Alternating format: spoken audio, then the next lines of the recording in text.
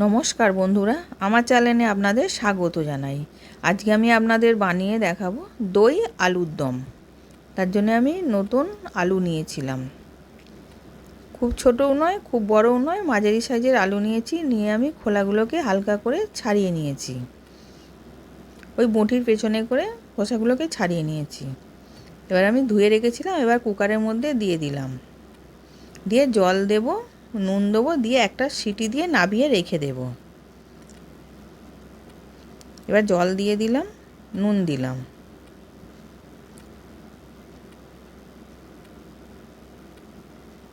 দিয়ে এবার চাপা দিয়ে দিচ্ছি।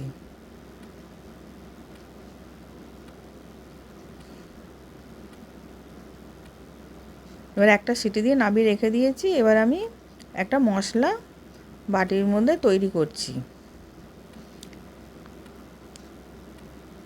4 চামচ টক দই নিলাম। নিয়ে দইটাকে ভালো করে ফেটিয়ে নেব। এবার দইটাকে ফেটিয়ে নিয়েছি। ওর মধ্যে জিরে গুঁড়ো দিলাম, ধনে গুঁড়ো, গোলমরিচ গুঁড়ো, হলুদ গুঁড়ো, কাশ্মীরি লঙ্কা গুঁড়ো দিয়ে ভালো করে মিশিয়ে নেব।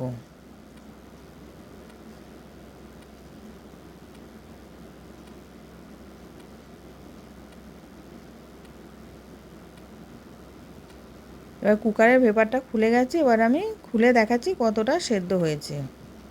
এবার একটা চামচ দিয়ে দেখাচ্ছি, ভালো সেদ্ধ হয়ে গেছে। এবার আমি নাবিয়ে ছেঁকে রেখে দেব। এবার কড়াতে আমি সর্ষের তেল দিলাম, ছোটো এলাচ আর দারচিনি ফোড়ন দিলাম, তেজপাতা দিলাম, জিরে ফোড়ন দিলাম আর হিং দিলাম। দিয়ে ওইগুলোকে ভেজে নেব। এবার ভাজা হয়ে গেছে। এবার আমি পেঁয়াজ কুচিয়ে রেখেছিলাম, পেঁয়াজটাকে দিয়ে দিলাম, দিয়ে পেঁয়াজটাও ভালো ভেজে নেব।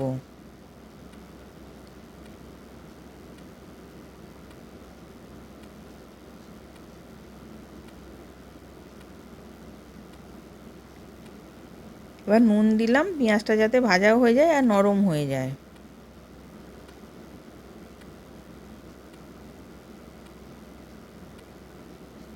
এবার পেঁয়াজটা ভাজা হয়ে গেছে। ওর মধ্যে আদা পেস্ট দিলাম, রসুন পেস্ট দিলাম,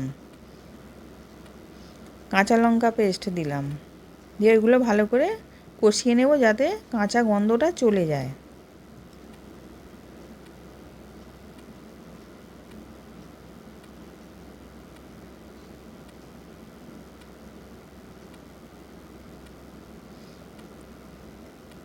এবার কষানো হয়ে গেছে। দইয়ের সাথে যেই মশলাটা গুলে রেখেছিলাম সেই মশলাটাকে দিয়ে দিলাম। একদম গ্যাসের আঁচটা কমিয়ে তবে মশলাটাকে দিলাম, যেহেতু দই আছে বাড়িয়ে দিলে দইটা কেটে যেতে পারে। এবার আমি মশলাটা সব একসাথে মিশিয়ে কষে নেব।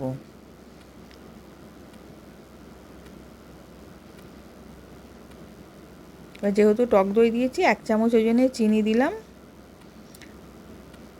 আর স্বাদ অনুযায়ী নুন দিলাম। দিয়ে ওটাকেও ভালো করে মিশিয়ে নিচ্ছি। এবার মিশিয়ে ভালো মতন কষে গেছে, তেলটাও ছেড়ে গেছে। এবার ওর মধ্যে আমি আলুগুলোকে দিয়ে দিলাম, দিয়ে আলুগুলোকেও ভালো করে কষিয়ে নেব।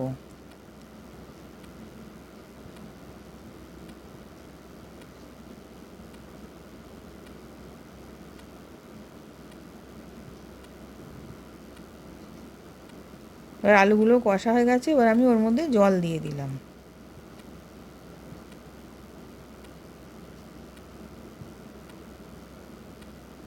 এবার আমি চাপা দিয়ে দেব যতটুকু আলুটা সেদ্ধ হতে বাকি আছে সেই সেদ্ধ করার জন্যে। এবার আলুটা সেদ্ধ হয়ে গেছে। এবার ওর মধ্যে আমি গরম মশলা গুঁড়ো দিলাম আর কেশরি মেথি ভেজে গুঁড়িয়ে রেখেছিলাম সেটাকে দিলাম আর ধনেপাতা কুচি দিলাম। দিয়ে এবার সব মিশিয়ে নেব।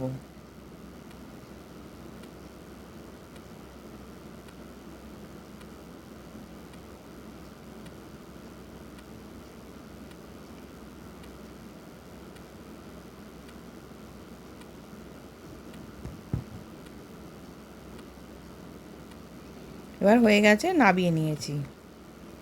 নতুন নতুন রেসিপি দেখতে লাইক দিয়ে ফলো করে রাখো।